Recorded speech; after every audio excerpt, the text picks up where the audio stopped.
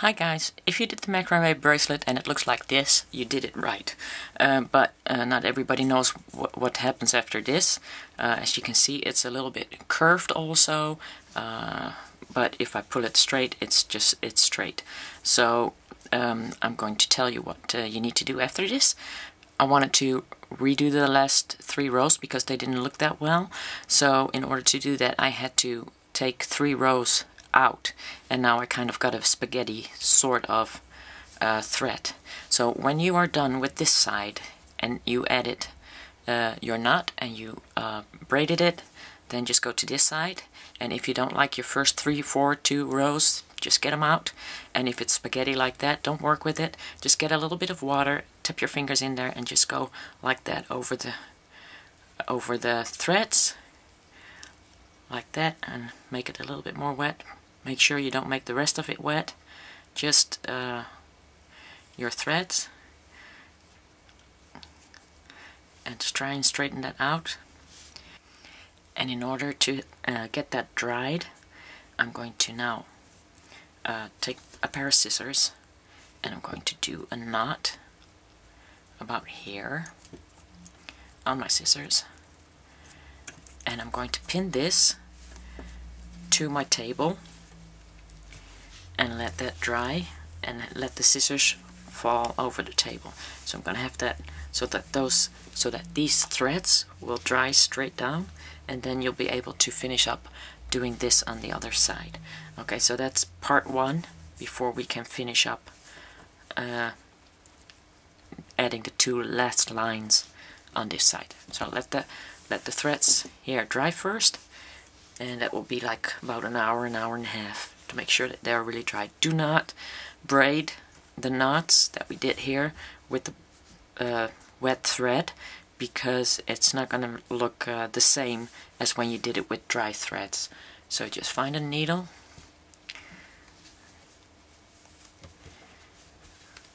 and just kind of pin it, and make sure that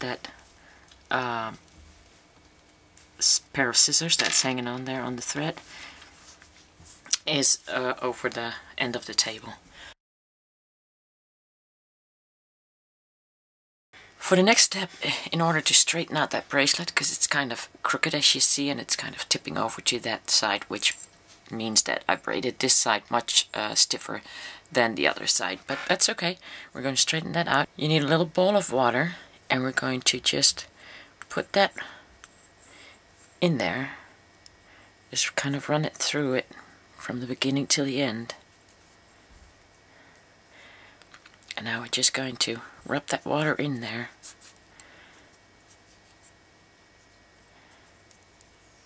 Like that. And when you feel that that's nice and soaked, put your bowl away and pin that down with a needle. You need 2 needles, one for the beginning and one for the end. You can also use a towel for this. I'm just using one of my beading pads. Now pull that straight down like this, all the way, like that, and pin the other side down.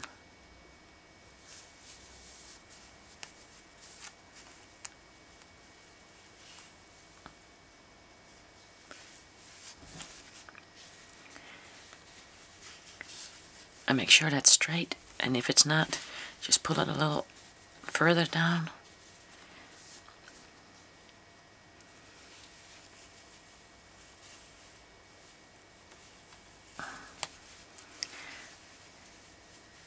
There. And now let's get something heavy to put on top of there.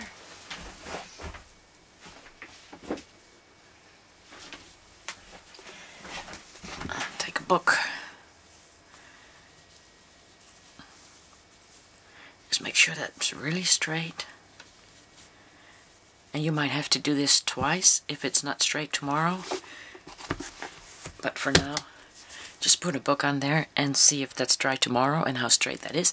And if it's not, just do it again with the water and pin it down and let it go dry for another day. So that's basically it. And you can put this aside and let that dry.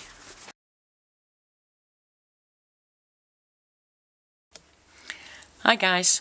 As you can see, my little bracelet is nice and straight now, and it's not standing up on one side anymore. I wetted it and I put it in between the books and I let it dry. I had to do it twice though, straighten it out a second time, and now it's very flexible and it's very nice and soft, and you can start adding the seed beads on your white lines if you like to, which will be much easier to do now. I actually broke my needle when I did the little blue bracelet, so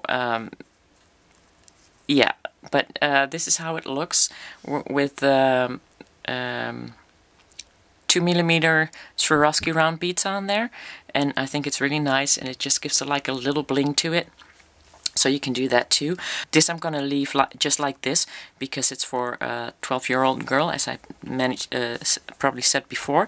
There's an alternative way to add a clasp, which would be one of these little end clasps with hooks, like little shark teeth in them. But I would suggest you would make 4 of these rows instead of 2, and cut off the extensive thread, and I would take a lighter to burn the threads together. But you know, a lot of people use glue. I'm not too big on glue, so but whatever you decide. If you got 4, then you can just push that in there on the first row. Like I don't know if you can see this, but I think you can. That you got some extra space in there, so you want that all the way on there, and just kind of clasp that in the first row or in the second row in between there. And then these have a little loop at the end, so you will be able to put your jump rings through there and at the rest of your clasp. Now there's also a way to do an alternative clasp, which is this. Well, this is really big, of course, but you can make this in a smaller version and have like a little beaded clasp that you made yourself at the end of the thread.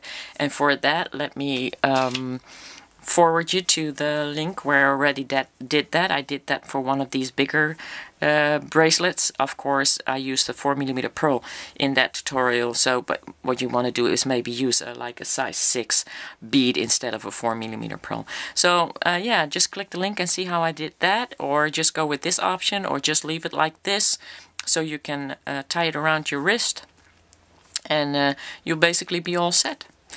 Well, that's it for this tutorial. I hope you liked it, and I hope to soon be back with this tutorial. I'm almost done. Okay. I hope to see you guys next time. Bye-bye.